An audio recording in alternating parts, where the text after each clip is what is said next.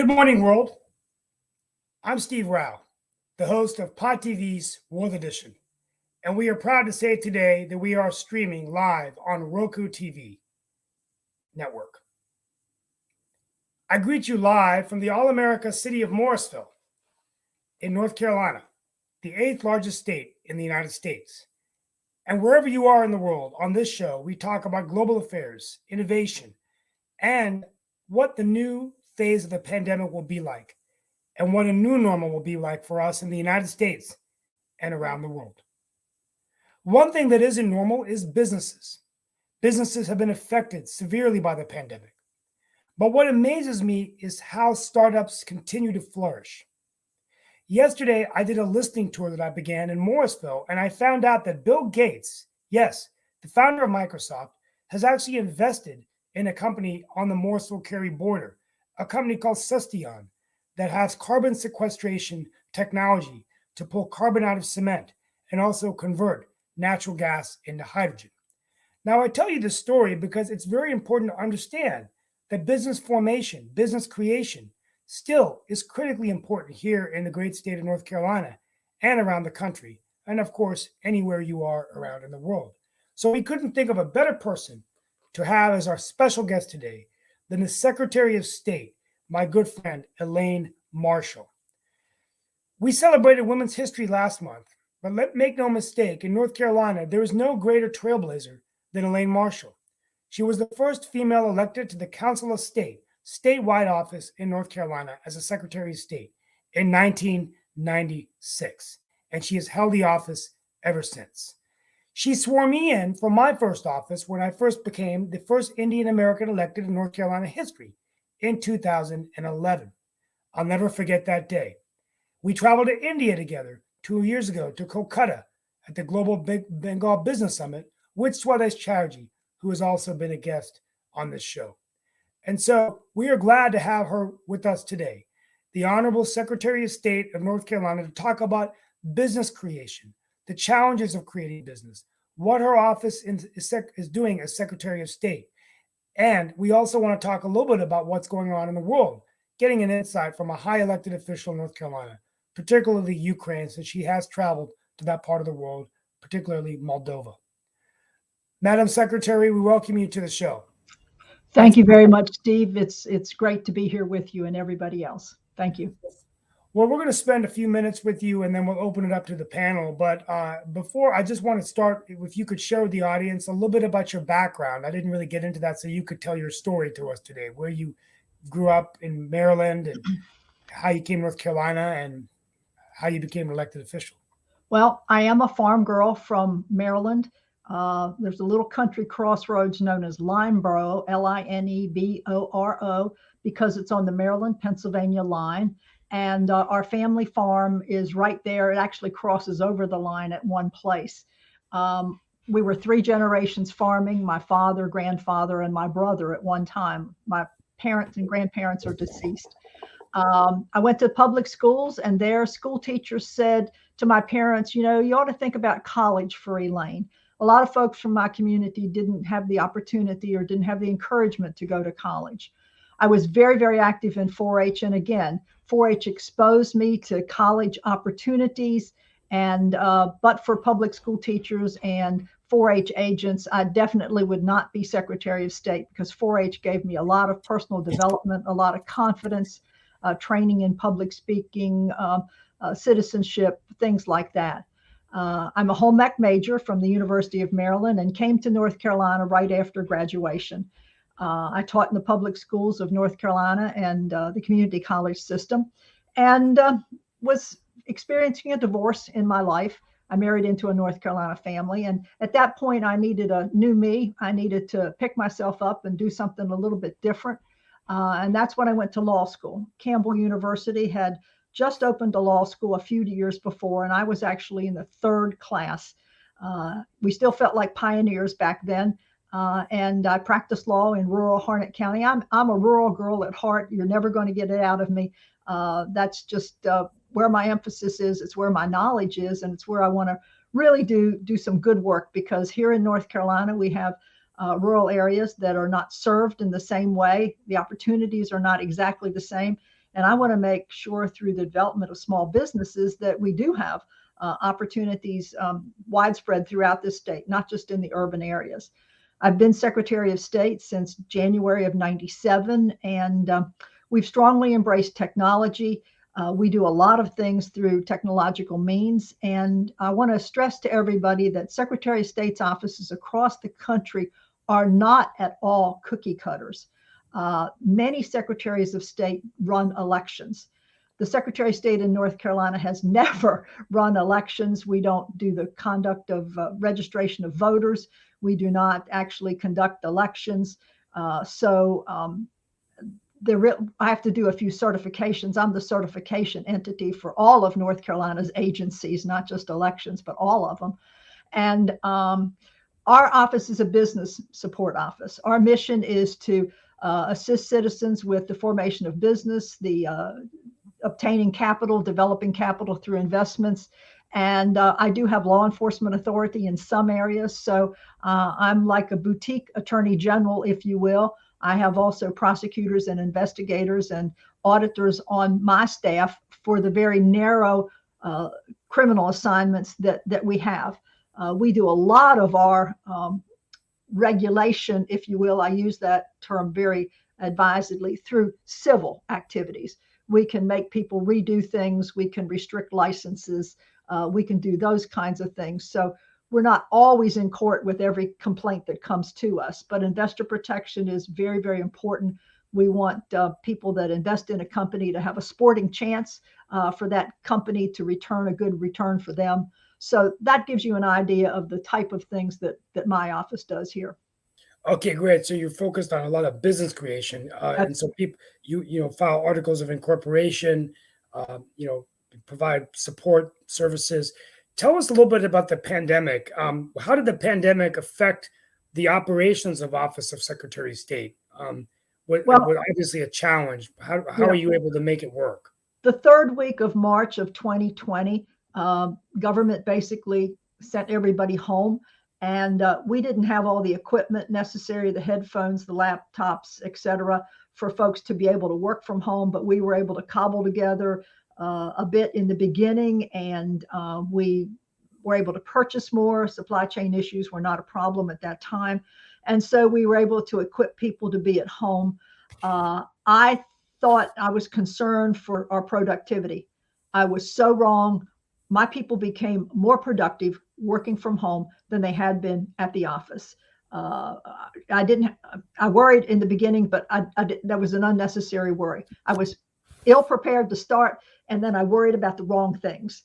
The very first impact upon the office was when PPP loans were available, and different corporations were applying for them, but their loans didn't go at all because in the due diligence that the banking community was doing, they would contact us online, of course, and see that a company was no longer current active because they had failed to file annual reports, one or more, with us. And so all of a sudden, there were all these hair on fire telephone calls and emails to us about getting reinstated. So in one weekend, we offered overtime to people.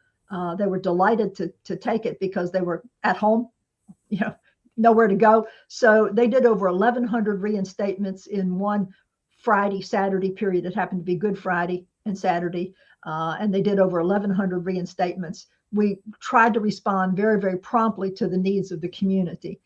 That business of reinstatement lasted approximately 2 or 3 months. Then it subsided. The real surprise came. I thought the business creation would just kind of go to a small hum, just kind of lumber along. And where we had been doing, say, 300 new business entities a day, or 7,000, or 4,000 a month, 5,000 a month, it popped up to 8,000 a month. Then in another month or two, it was up to 12,000 a month. Then in the next month, it was up to 15,000 a month. And we kept going, what in the world is going on? The entrepreneurial spirit was alive and well. We had a record-setting year ending the end of December 2020, 2021, and now we are still, it hasn't reached a plateau yet. So I had no staff increase to do all this. And I saw other entities in government just struggling with the claims that were being made, like unemployment compensation and that kind of stuff. And I could see the handwriting on the wall with the numbers of new entities. These are corporations, LLCs, or certain types of partnerships that have to be registered with us. It's kind of an alphabet soup of limited, LLC, just different kinds of entities that are available. So we knew we had to do something technology wise. So a lot of the process to us frequently is contacting a filer and saying, this is incomplete, it has to be changed, or sending it back, giving them advice about how it needs to be changed. So that, doing all these corrections is a choke point. So we said, what can we do to eliminate this choke point and make it easier for folks to file online? So we developed a wizard. And what it is just a form that you fill out, you answer the questions, and then it populates the form for the actual charter. And thereby, we have taken our error rate from double digits of close to 20% of work that we had to redo to down to about 5 to 6%. So that was a tremendous help in time saving of FTEs and effort. So those employees could, actually create new ones rather than repair those that had been filed that had problems with them. So the numbers are just astronomical. Currently here in North Carolina, we have 960,000 plus active entities of those different types that I had mentioned that are registered with us. There's been, since I've been Secretary of State, there have been 1.7 million filed. But today we are just, the first quarter of 2021 was a record quarter for us. And we thought here in the beginning of 2022 that maybe we had reached a plateau. And lo and behold, in first quarter of 2022, we did 2,000 more than we did the prior year's quarter. We did 45,000 versus 47,000. So the world, the entrepreneurship is just ongoing.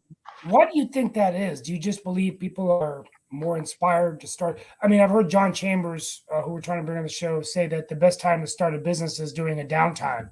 That most great startups started during downtimes and were able to survive and thrive during bad times. Do you think there's something to be said for that? That these people are just wanting to come out and create something that they can own? I will tell you not just what I think, but what I know. On the 1-year anniversary, when this started to tick up in June of 2020, so June of 2021, we said to ourselves, are these corporations, do they make it? LLCs, are they still in business? What difficulties have they had? So while we don't have everyone's email address, to those that were created in June of 2020, we sent a survey, June of 2021, a voluntary thing, and asked them, who are they? We knew where they were, but we didn't know male, female, minority, age, those kinds of things that we asked. And then we also asked, why did you start this business? What caused you to do it? We thought that I lost my job would be significant, and it didn't even make double digits. There were only 9% said because I lost my job. And overwhelming, about 25% or more said, I saw an opportunity. Now, that may have been precipitated by losing a job, but it was people looking at the positive. And they, just like Chambers says, in a time of stress, and the pandemic was certainly that, people do see different opportunities and different ways of doing things. We all know that there are some blockbuster innovations out there, but most innovations are improving on somebody else's. It's building that better mousetrap. And some of these, of course, were in the service area, people that decided they were tired of working for a company and wanted to go for an independent contractor status to do the same thing, but under their own hours and terms.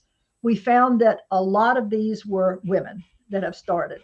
And I can recount all the issues about women not returning to work and not, wanting to do something on their own. Because many of them had uncertain schooling, schedules with their children.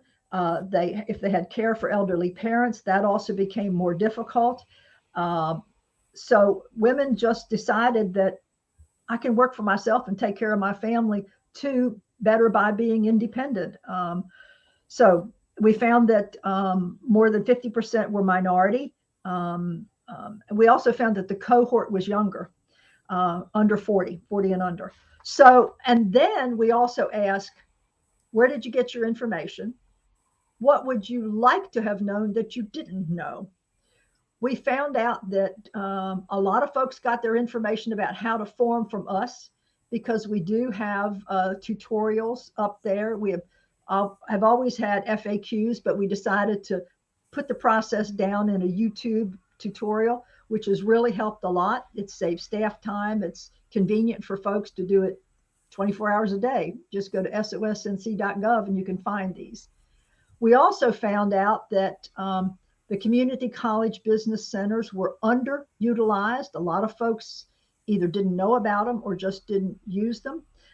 We found out that people got information from their neighbors or their barber, just wherever out there. And you can probably feel comfortable in knowing that it probably isn't all totally accurate. So a lot of them said they wanted a checklist. And we have started to compile a checklist of what you need to know. We always sent out, with every new entity being created, information on getting an EIN and tax reporting and employment security. Those kinds of agencies have provided to us what they want us to tell that new entity that started that their obligations are. So we've always done that. But maybe people don't pay attention to it like they ought to. So we are now working on a checklist and giving them resources of where to go to find out, do they need a license for XYZ, fill in the blank, whatever it might be. Right. And there are no one size fits all answers on those. So we are in a pilot stage of preparing a checklist for each county, because depending upon local ordinances and municipal county ordinances, some things may be different for a business that's going to have a physical location there, for what kind of permits they might need. These are not state level things, but we can tell them where they need to go to look in the county to get that information. Right. We're going to bring the panel in a minute, but you've achieved so much. You obviously, is it the automation of your office, what you inherited in 1996? Is there any 2 or 3 things that stand out the most as your greatest achievements? I think you've already summed up a lot of it: the wizard, the automation, I'm speaking from someone who's used the Secretary of State's office. I've seen tremendous improvement in the online capability, the websites, much easier to use. So is that, is that really your greatest achievement, you think? It absolutely is. It's also my greatest fear, because cybersecurity is always an issue out there. I mean, the ability to do online payments didn't exist when I came into office. And so by ACH transfers or credit card, that has reduced a lot of some of our back end operation. People want pretty quick turnaround. And so filing online, submissions online, even complaint forms online, that ability to have 24 to the data that we have. Now, our data, most of the material that we have is public information, and 24/7, you can look up any corporation, LLC, see their last annual reports in there. And that helps business people make better decisions on a day-by-day basis if they use the database. For instance, if you think you're dealing with a corporation, you better check to see is it current and in good standing. I have insurance agents that tell me they don't write an insurance contract for a commercial property without checking it out. Banks don't open up bank accounts without checking out the Secretary of State to see if it's current and active. Department of Motor Vehicles is not going to put a title on a truck that somebody is representing is owned by a corporation or an LLC without checking to see, is that corporation or LLC still in existence and up to snuff with the state? So hundreds of thousands of business decisions are made utilizing our database at sonc.gov every single day. And things like we register the lobbyist, and their filing reports are there if you want to check up and see how they're spending their money. We also have trademark information online because we register trademarks. You can look up loan documents, UCC, the collateral that a company has pledged for loans. Those are also important for business decisions that people are going to be making. We regulate charitable solicitation of a small, narrow group, but these are the major charitable folks in the entire state. You can look up and see how well they're doing with your donated dollar, which is very, very important. There's always such a need, and nonprofits never have enough money to go around for all the need that there is.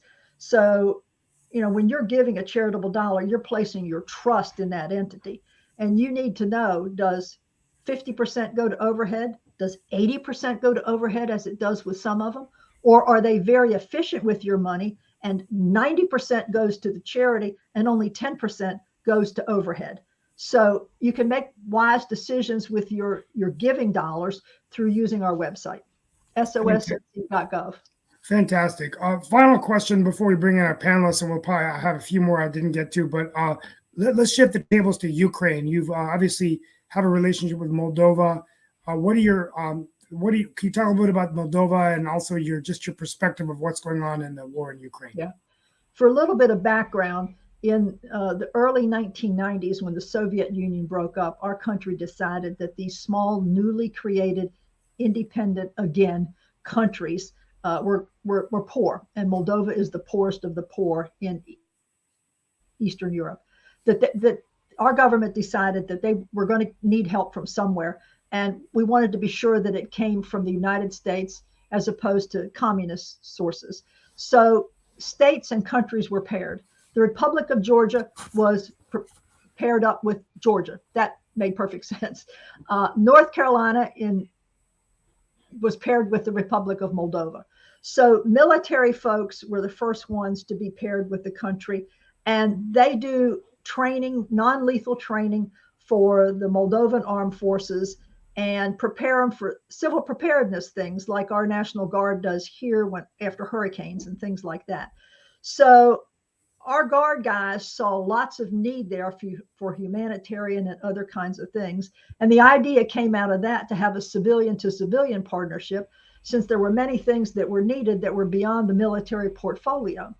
So Governor Hunt asked me to chair the North Carolina side, and I have been the chair since 1999, and we are into our 23rd year of having a partnership with Moldova. I have been 10, 12 times, I haven't counted. If you look at Ukraine like a baseball glove, Moldova is the ball within it, because 3/4 of the border of Moldova is Ukraine. The other little bit is Romania. So Moldova is a poor country, I've already said. The population there is a lot of children and a lot of elderly people. The able-bodied people in the middle go somewhere else because the economic opportunities are not there, and send back remittances to their families. A lot of those folks have gone to Ukraine to earn a living. Some have gone to Russia to earn a living. Others have gone to Italy, Turkey, UK, places like that to send back. So Moldova is exactly the same, really, ethnicity of the Ukrainians, very similar. The people there are incredibly worried about their friends and families who are living in Ukraine or working in Ukraine. For the Moldova size, it has taken more refugees per capita than any other country in the world. Moldova has received almost 400,000 refugees. Moldova is really a country of about 2 million population. They say 4, but all of those other people are working away. So fortunately, a great majority of the almost 400,000 have moved on to Romania because that's the other border and that's a NATO country. But there's about 100,000 still in Moldova, and most of them are women and children, of course. And we have been providing assistance. Several of us support a particular North Carolina-based World Foundation that's helping there. And we've done nursing seminars since the refugee crisis began. The nursing collaboration is one of our strong suits in this. We do medical school work. We do school work, English books, trainings for school teachers. We have 50 classrooms in Moldova paired with 50 classrooms here. It's just a wonderful partnership. The State Department considers it, and as does the National Guard, the finest partnership in the world. This is what a partnership should be. And Mark, well, that's fantastic. So we're going to bring the panel in now, but Sure.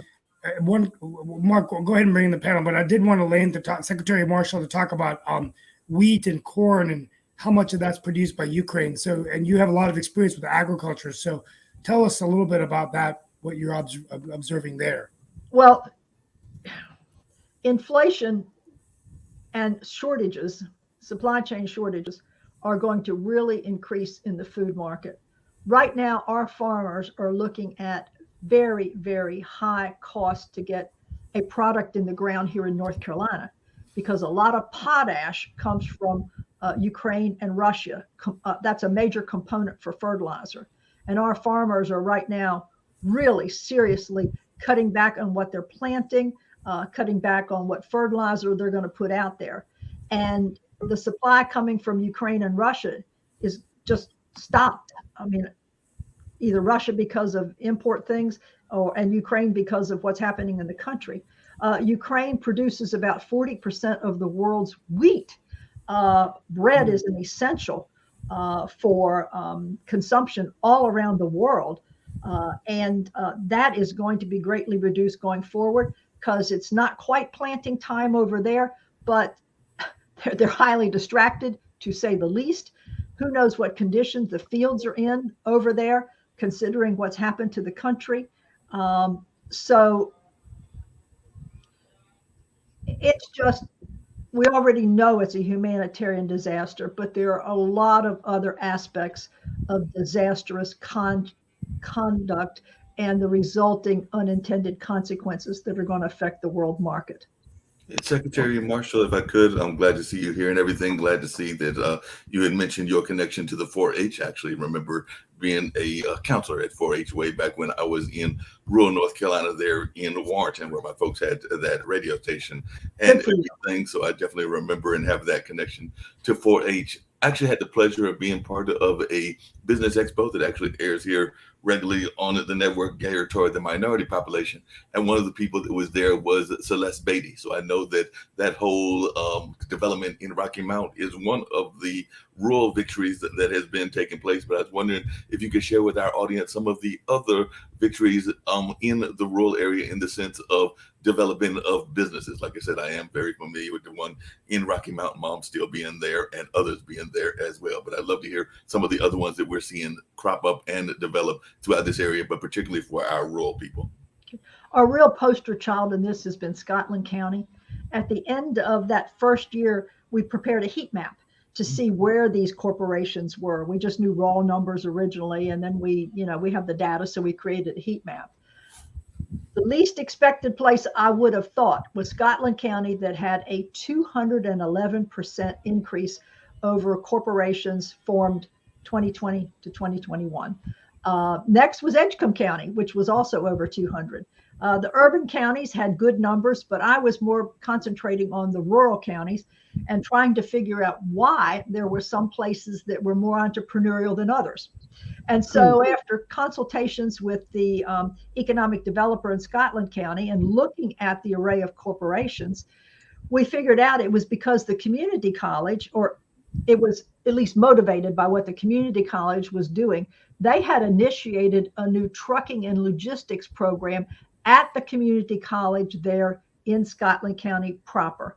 And so we can confirm that because a lot of the names of these entities were trucking or logistics or delivery or, something like that. So that is where you can see someone's investment in and collaboration with the state behind the community college system and building that infrastructure, and then seeing the need in the area or the opportunity in the area, and then folks taking advantage of it and coming along and forming their corporations with us. So that is a success story, not of our making, but of Scotland County and the community colleges making. It's disappointing to see how many people are accessing the community college resource. It is free.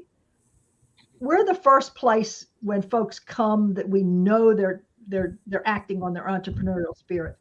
The place they ought to go first is the community college, or some place where they can have a conversation with somebody about all these things that they say they wish they would have known from our list of our survey. And we're seeing that even we're in the triangle, Wake Tech RTP, and just the new bio center, and just amazing, the new job creation, the new training that's occurring to prepare people for the new economy. So I think that's a great insight there. Yeah, really good insight.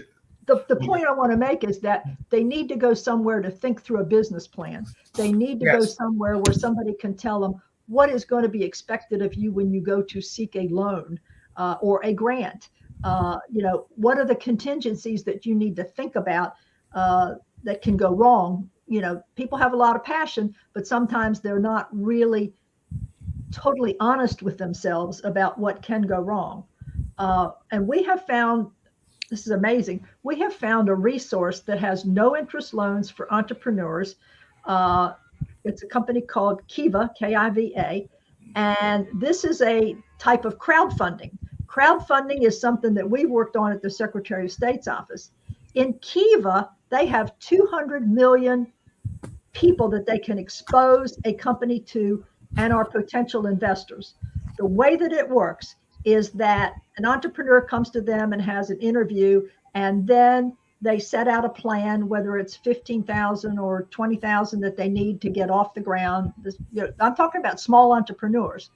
And the deal is, for the first set amount of time, 15 days, a month, something like that, they are to raise part of this from their friends and family. And then once they have that figure, then they expose it to the other 2 million out there to see if they want to invest in this idea. The point about the friends and family is, if they don't support your idea, you're probably not going to get much support anywhere else. They don't believe in you. So this is kind of like your first checkpoint on gut check on all this. Mm-hmm. And then these 2 million out there can say, I'll put 1,000 in, I'll put 1,000 in. It's a no interest loan, but you're also exposing your service or product to these 2 million people who may become your customers, your users. It's a simple and I think a very beautiful plan. Now, the payback starts right away. You have to set up a PayPal account, and let's say you borrowed $10,000 for 24 months. You divide 24 into 10,000, and they deduct that much each month out of your bank account to pay back the loan. Wow, it's amazing. And crowdfunding is a huge opportunity, to do more. It's an underutilized opportunity, really. Underutilized crowdfunding, yes. Very underutilized. You have a question for the secretary? I have a few more, but yeah, I just have one more quick one. I'm sure Nick does it as well, but the other one that I was going to ask really quickly, actually I had two. One was alluding to something that Nick talks about all the time, but we are seeing a lot of young people that are going into the technology fields, particularly since that has become very much of an interest in doing this pandemic. I've heard of people starting businesses in everything from the whole metaverse population to other technological kind of jobs. I was wondering if there are things that they have to do differently if they're starting a technological company that they might not have to do if they were starting, say, a brick and mortar type business, because we are seeing a lot of people that are wanting to go into those technology fields that are new to me, and they're probably new to you as well. But I was just wondering if there are things that you are finding out that you can suggest people go and study if they are going into those kind of fields. Well, the basics are the basics. Those need to be locked away first. Can you do this? Can you leave your job and do this? What kind of potential customers do you have out there? How are you going to price your services? All of those kinds of things are going to be the same. What's so beautiful about the tech economy is that, number one, it ranges from, NASA kind of stuff to gaming and entertainment stuff, to medical research stuff. I'm using stuff in a very broad sense here. But a lot of it is problem solving. And when people sit at home saying, that's stupid, why do I have to do that? And then they sit down and devise a new way, like in the hospitals. How long do I have to wait before seeing a doctor in an emergency room? That's valuable information. And a lot of folks don't know a lot of hospitals have that available. There are things about, finding my phone. What kind of technology is that? I mean, it's so valuable for people. There's just all sorts of great niches that can be filled with technology. And I don't even have the expertise to even begin to think about the programming to do that. But people that understand technology and understand programming pretty much can write their own ticket. That's where the heart of innovation is for going forward. And it doesn't matter if it's medical sector, agricultural sector, just life in general. Technology is so very, very important. No, I agree. And the question I was going to ask you, which I said I was going to mention earlier, and I know it comes to one of Nick, our founder's subjects that he loves to talk about, is there's a lot of folks that don't have the basic skills of even running a household, whether that's fiscal economy or knowing how to run their own finances, or even how to deal with the day-to-day care of their house and all of that. And I did notice you studied home economics, so I was wondering if you could talk a little bit about the importance of some of these skills as well, because we found on this network that a lot of people are not even able to come up with the basic money that they need to survive and all of that. But I was just wondering your thoughts, and even your thoughts around home economics, which was your major and everything. I've got major thoughts on both my day job now and my prior day job, my home ec background. Number one, people do not need $5 cups of coffee. People, unfortunately, do not need flowers every time they check through the grocery store. When I see products that are like a hot dog in a bun that you can put in a microwave oven that costs way more than hot dogs and buns ought to cost. If folks had the skill sets of how to do some simple things at home and the will to do it, they could be saving money for their retirement account, for their kids' education account, to invest. And that's my other hat. Unfortunately, young people today don't have enough training or experience in financial literacy to know what compound interest does to them. They don't know what the terms of a contract, how they can get them in trouble. I see young people who have done serious damage to their credit rating before they even realize they have a credit rating by signing things. I see parents that co-sign for kids and then haven't given the kids the guidance to do things, and they're ruined the parents' credit rating too, if it's something really outrageous. So financial literacy is near and dear to me. 10, 12 years ago, I worked very hard with the Department of Public Instruction to get it voluntarily included into the curriculum. And they flat out told me, and Kay Hagan, who was then a state senator, and I worked on this, that it wasn't, if it's not on the test, it's not going to happen. Fortunately, our General Assembly has jumped into the conversation, and there is now financial literacy being taught. I am real pleased to tell Nick Campbell, I was there just last week, and the business school told me that they are training teachers here in the Wake County school system with seminars this summer to be able to better teach financial literacy in their classroom role. It's absolutely essential.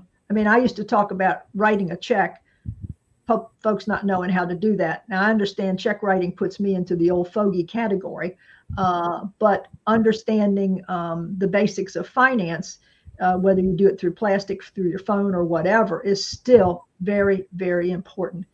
It distresses me a lot when I see people who are checking their balance every day to make sure they haven't overdrawn my God, you've got to be managing. You need to make that basic budget out for you with your needs, not your wants.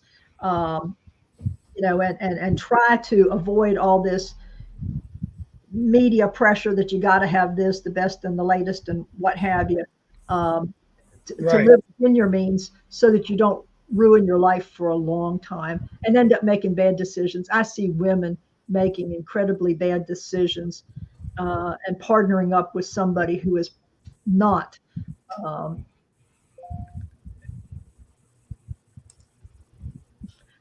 I don't know how to say this, who is not a good match for them, but they have done it out of expediency because maybe they have children to keep up. I don't want to criticize anybody who makes decisions to protect their children economically and all, but when it ends up that you're living in a miserable situation for whatever reason, whether it's abuse or substance abuse or what have you, it's because of a financial need basis that has driven people to make bad decisions. So if we can Right. eliminate the financial need that's driving this and make people, women in particular, more self-reliant, um, you know, their children are going to have better opportunities. They're going to live a better, more wholesome life, more fulfilled life.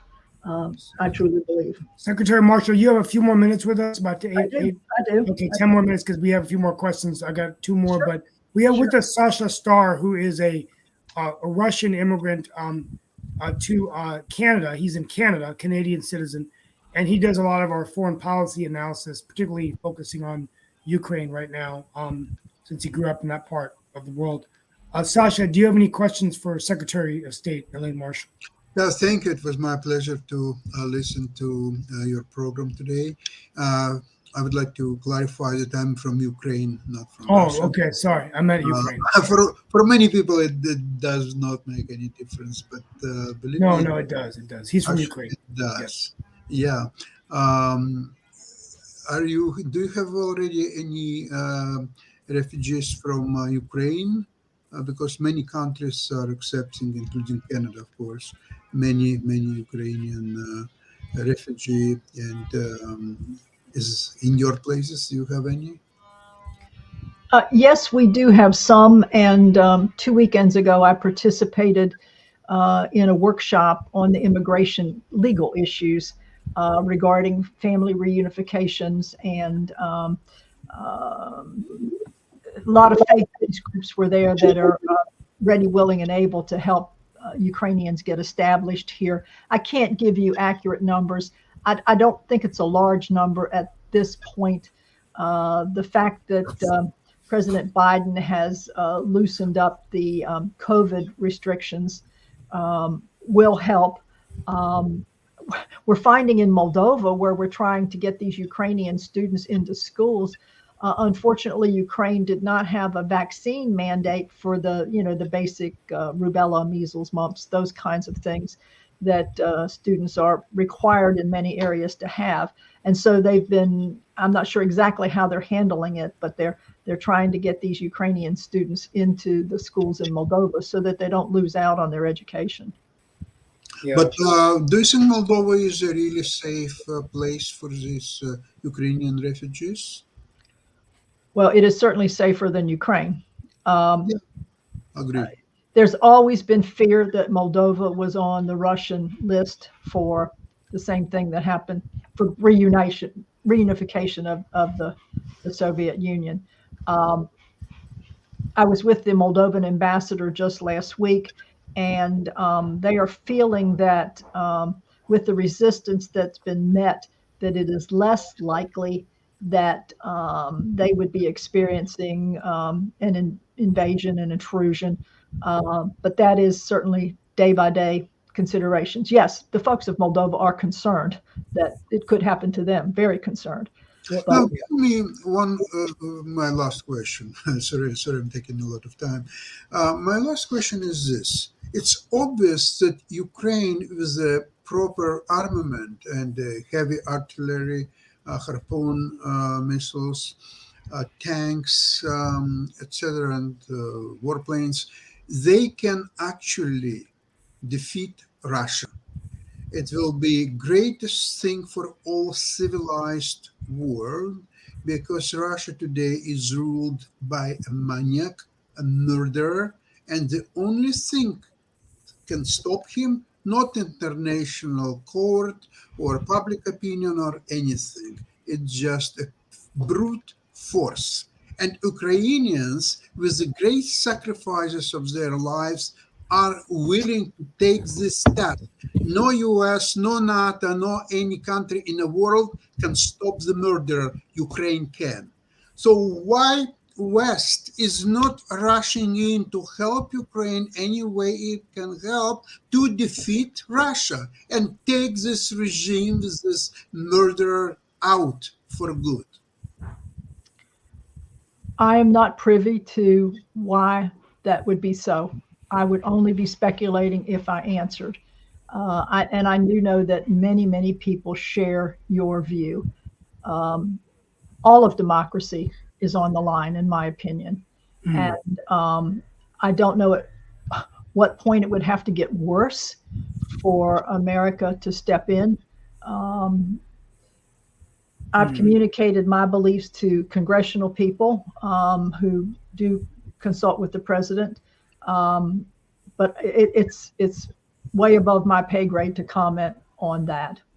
No, That makes a lot of sense. One quick question that came on the social media, but then I have a general question just about this rise of authoritarianism we're seeing all around the world and democracy in our own country. But the question talked about, India. What was your observation of the trip to India? And I'm going to combine it with agriculture because I know you've been a big proponent of innovation in agriculture, particularly NC State. What were your observations in India, and where do you see opportunities for collaboration? Well, India is a country full of opportunities. It's a matter of how you're going to exercise those. My personal belief is that we have many companies that have operations in China, and our international opinions and difficulties with China are well known, and that some of those, if not all of those countries, ought to be looking at India to provide the same types of manufacturing that China is doing. India is a country that is more open, more democratic, more just plenty of production workers available who could be trained there. And it certainly would help to raise their economy to have an infusion of wages. Looking at agriculture, I did not get out into the agriculture area very much, but in the global summit that we attended, I got a better understanding of the Indian farm situation. And that is that there are many farmers with very small plots of land and don't have the technology to do very much with the product post-harvest. So that having facilities that could be used collectively, cooperatively by hundreds of farmers to do post-harvest care, post-harvest handling of their product that will keep it from deteriorating so fast so that they can get it to broader markets, that they can upgrade their agricultural skills. Individual farmers with small plots don't have money to invest. So there needs to be some economy of scale that is agreed to by the people that they would serve or participate to get an economy of scale that can help them get better productivity and also get better market prices once their product has matured and is ready to be processed, whether that's bringing processing plants closer to them, whether that's building refrigeration plants and getting some better transportation or different types of trucks for transportation to get the product away from the farm while it's still warm from the ground and to keep it from deteriorating as it travels through whatever chain of usage and handlers that may happen. I think that would be a big upgrade for Indian agriculture. Fantastic. Well, one last insight I'm going to share. I know she's got to leave, but and I guess the insight on the show is we're just seeing this rise of authoritarianism all around the country. I mean, world, Hungary, Serbia, France now with Macron, and these are through elections. And we're seeing that also internally in the United States. Do you think this is just a result of where we are as a world, that we're starting to see, nationalism and authoritarianism, dictatorship rise not only in Russia but all around the world? And doesn't that pose a challenge to us moving forward for our foreign policies? Well, it certainly does. We're all fearful of something. Here in America, there have been great divisions that have polarized people, that the common good or the purpose for which government was created seems to be lost, and that getting to the next election and being victorious in that election seems to be the major motivation and major pathway that folks are taking. And so taking differences and teasing them up into gigantic open boils and wounds is leading us to these nationalization, it's us versus them, as we see populations of the world increase and want to participate in the economies that we have here. I'll tell you what I think is one of the greatest threats that each and every person listening to this in America can do, and that is take education much more seriously. There are folks all around the world that understand that education is their pathway to a better way of life. And unfortunately, we have a lot of folks in America that would much rather watch basketball, football, and adore these entertainment or athletic folks rather than concentrating on getting a good education to provide security for themselves and their family. The world is watching, and I think going back to the basics, education and opportunity is what made this country great. And if we don't continue to expand on that, then we're only self-limiting. And when you self-limit, other people come in and take up the void. They take over. They figure out ways to get around you. And America is a great country, but we need to continue to have that inspiring students, giving them the best education they can from infancy on, the best opportunities to develop their bodies and their minds from infancy on, and continue on that pathway of the values of what builds a country, what builds a family, builds a community, rather than what's going to be popular on TV and TikTok next week. Yeah, Madam Secretary, just really quickly, just one last quick question from me and everything, and that is, I'm oftentimes surprised, and I've done tons of interviews on this network with people that don't necessarily know the basics of even business, like how to create a business plan, or if they have a nonprofit or even a profit organization, how to create a board. So like I said, and you know, my mom was actually the president of the Golden Leaf Foundation and had the pleasure of running against you several decades ago and all of that. But what are some of your thoughts about the whole notion of creating business plans, and are there any resources that you can give people? Because I'm oftentimes shocked, and this is a national and an international problem where people don't know those basic skills. So here in North Carolina, are there places that you would recommend? There are plenty of them. Anybody with an internet connection, if they're paying attention to you live streaming, you can search Harvard. You can get business training from Harvard online free. You can Google business plans. There are plenty of nonprofits out there that will have a discussion about what needs to be in a business plan. And here in North Carolina, you have the community college resource. I can't tell you if they've got business plan training online, but in these, we have a new program called North Carolina Rural Rise for rural communities. RISE stands for Resources for Innovators, Startups, and Entrepreneurs. And that checklist that I talked about has information about where you can find help on all these things. Oh, that's fantastic. Well, she has been more than gracious with her time. We know she's got an office to run in North Carolina. We're so grateful to be the beneficiaries of her leadership here in North Carolina. And we want to thank you Secretary Marshall for being with us today on Roku TV, Pod TV. And we're really excited that we have now an international show being watched all around the world. And that I'm actually doing it from North Carolina is a great honor. So thank you so much. Well, it's a pleasure to be here. It really is. Thank you so much. Well, it's been an honor to have Secretary of State Elaine Marshall with us. Mark, I can close out if you want me to, whenever you want me to. Sounds good. I didn't know if Nick had any last comments he wanted to make since he is the founder just of the one, network. just one, because the thing is, the pandemic is maybe loosening a little bit.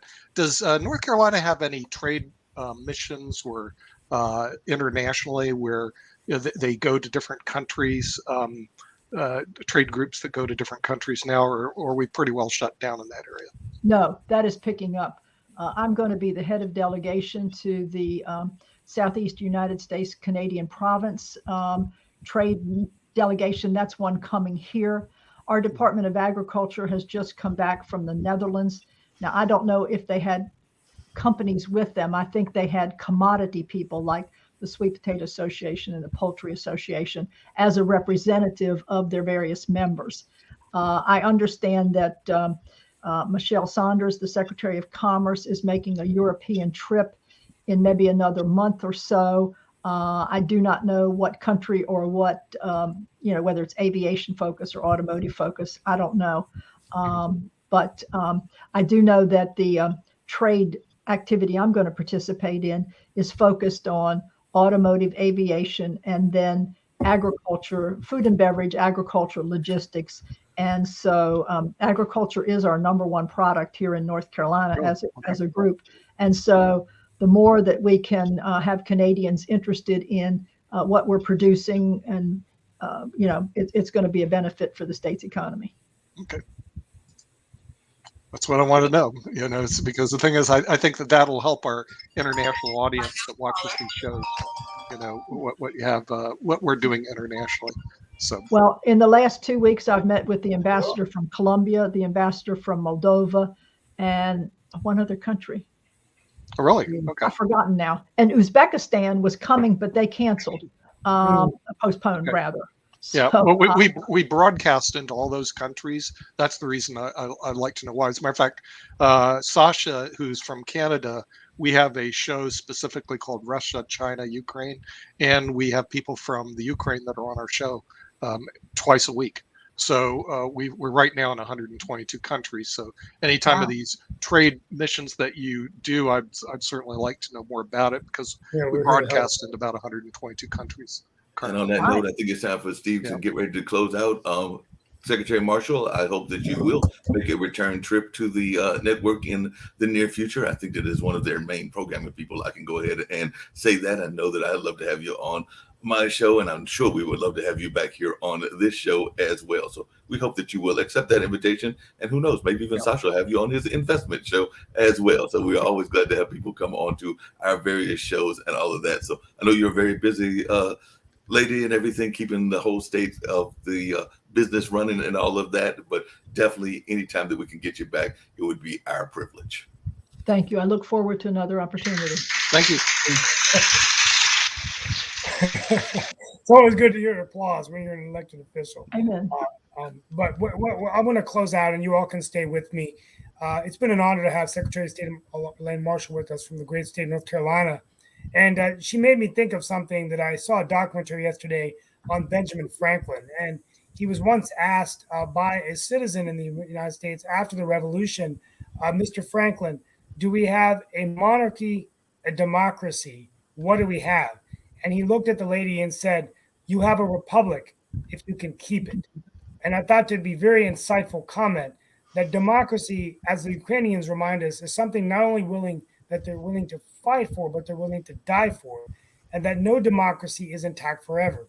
Not even at the end of the American Revolution, one of our founding fathers, Ben Franklin, knew that it would be hard to keep it.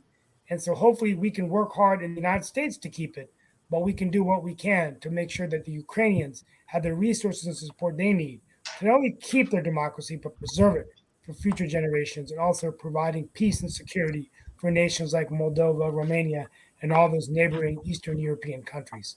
From our family to yours, we wish you all the best for the rest of your day, wherever you are in the world. And we'll be back tomorrow for another edition of Roku TV's World Edition. Thank you all so much. Thank you all.